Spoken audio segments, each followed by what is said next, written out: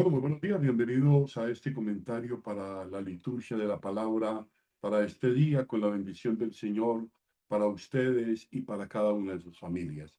Ya estamos concluyendo este tiempo pascual desde esa pedagogía de la palabra que siempre nos va indicando esa relación íntima de estos tiempos fuertes, lo que es Adviento, Cuaresma, Pascua, Ascensión, Pentecostés, todos estos momentos hacen parte de un solo movimiento de la presencia salvífica de Cristo desde la encarnación hasta la ascensión y el día de mañana en esa irrupción fundacional de la Iglesia en la que el Espíritu Santo se hace patente en las mentes y en los corazones creyentes, abriendo un conocimiento del Señor auténtico y veraz, el Espíritu de la verdad.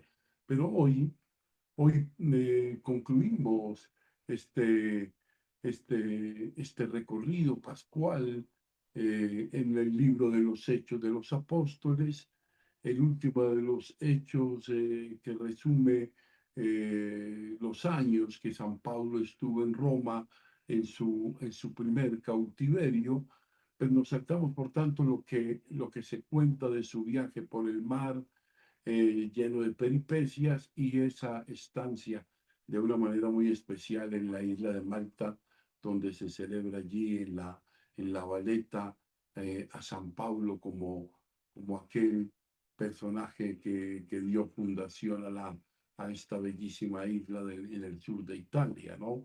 En Roma estaba alojado en una casa, digámoslo así, ya lo hemos dicho esta semana, con una especie de arresto domiciliario vigilado, pero nadie le impedía hacer lo que él siempre había querido hacer, y es lo que mantuvo en vida siempre el apóstol: evangelizar, anunciar a Cristo. Y ahora precisamente en el lugar donde se había proyectado el culmen de su misión, que era el centro del imperio del mundo, es decir, Roma, ¿no?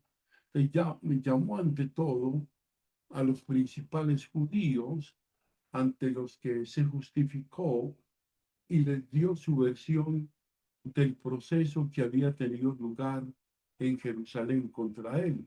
Se lo recordamos en estos días, como los grupos de judíos buscaban de una manera obstinada tratar de condenarle, pero también predicó a otros muchos, enseñando la vida del Señor Jesucristo con toda libertad. O sea, no fue este cautiverio en Roma cuando dio testimonio al apóstol de su muerte. Al ser liberado, se nos dice que visitó otras comunidades y seguramente algunas versiones viajó a España, como ya había anunciado que iba a hacer. En su segunda detención en Roma es cuando su confesión de Cristo terminó en el martirio hacia el año 67. Con arresto domiciliario no, a Pablo nada le impide predicar a Cristo.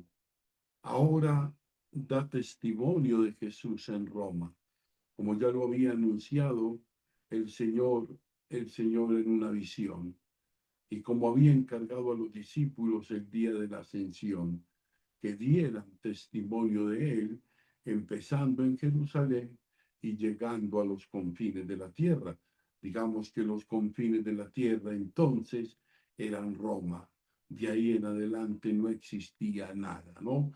Ahora es incansable este apóstol, ¿no? La fe inquebrantable que tiene Jesús lo mueve en todo momento y da sentido a toda su actuación. Y cuando se trata no de sus derechos personales, sino de la evangelización, Pablo defiende con inteligencia, con suspicacia, para que esa palabra, la palabra del Señor, no quede absolutamente encadenada. También nosotros, al final de la Pascua y en víspera de recibir de nuevo la gracia del Espíritu Santo en la fiesta de Pentecostés, tendríamos que aprender con mayor generosidad y decisión en nuestra vida de cristianos, en nuestro seguimiento de Jesús, esa actitud paulina de buscar por todos los medios que la palabra no quede encadenada, ¿no? En ciertas ocasiones podemos sentirnos también nosotros, en cierto modo, reprimidos o coartados o intimados por la sociedad y por sus leyes o malinterpretados en nuestras intenciones. Pero si de veras creemos en el resucitado que sigue presente y confiamos en la acción de su espíritu que sigue dando vida, que sigue siendo fuego, savia, alegría de la comunidad cristiana, la Pascua entonces tendrá esa motivación profunda del Espíritu, que es el que recibiremos y que es el que nos va a dar el punto culminante de nuestros sentimientos y emociones, de nuestras actuaciones acá en esta historia, ¿no? Hoy el Evangelio presenta una escena un poco extraña, ¿no? Ayer, en la escena de ayer, con el diálogo de Jesús y Pedro, sí, hoy a partir de la invitación hecha a Pedro, ese sígueme. Jesús invita a Pedro a seguirle, ¿no?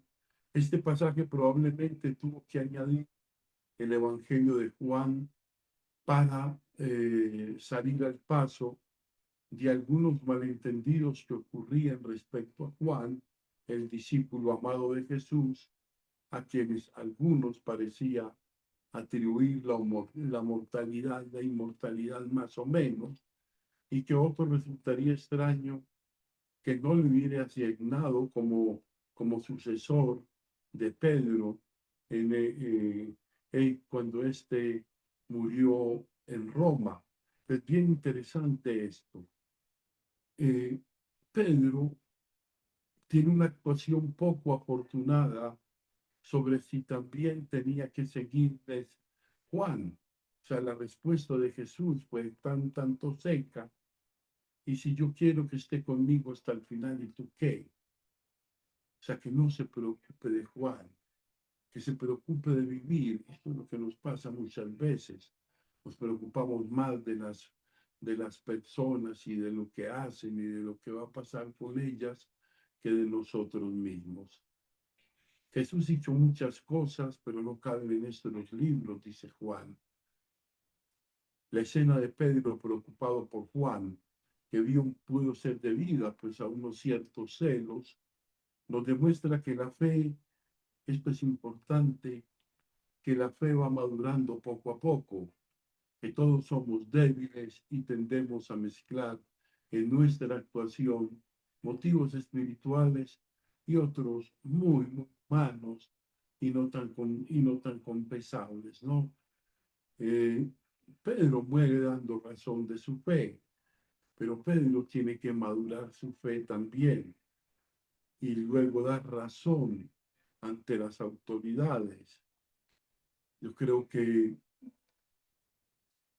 la finalidad de todo el Evangelio, como dice Juan en la primera conclusión, es que crean en Jesús, que es el Mesías, que es el Hijo de Dios, para que creyendo en Él tengamos vida y vida en abundancia. Dispongámonos pues a recibir el Espíritu Santo, a abrir nuestro corazón a Él y a pedir su luz para que podamos caminar en la claridad de los mandamientos del Señor. Gloria al Padre, gloria al Hijo y gloria al Espíritu Santo. Amén.